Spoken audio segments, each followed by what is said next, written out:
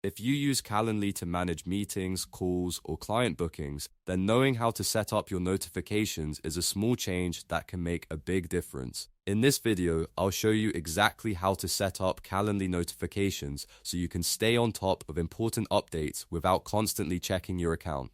We'll go step by step, and by the end, you'll know how to turn the right email notifications on or off depending on how you want Calendly to work for you.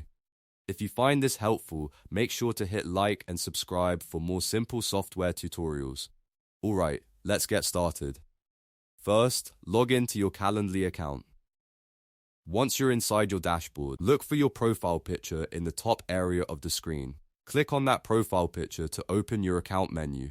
From here, you want to go to Account Settings. This is where Calendly keeps the main settings for your account, including your notification preferences. After you click Account Settings, open Account Details.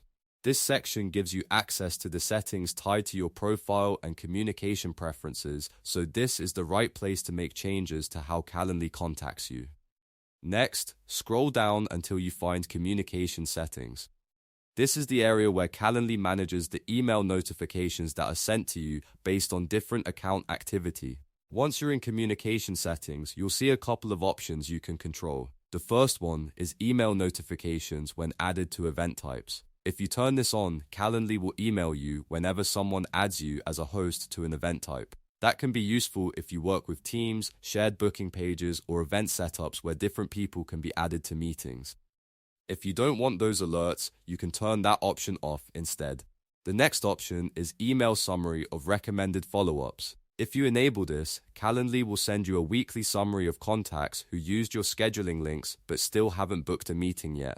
This is really helpful if you want a quick reminder to follow up with people who showed interest but did not schedule time with you. If you prefer fewer emails, you can switch that off too. The great thing here is that Calendly saves your changes automatically, so you don't need to look for a save button or confirm anything extra.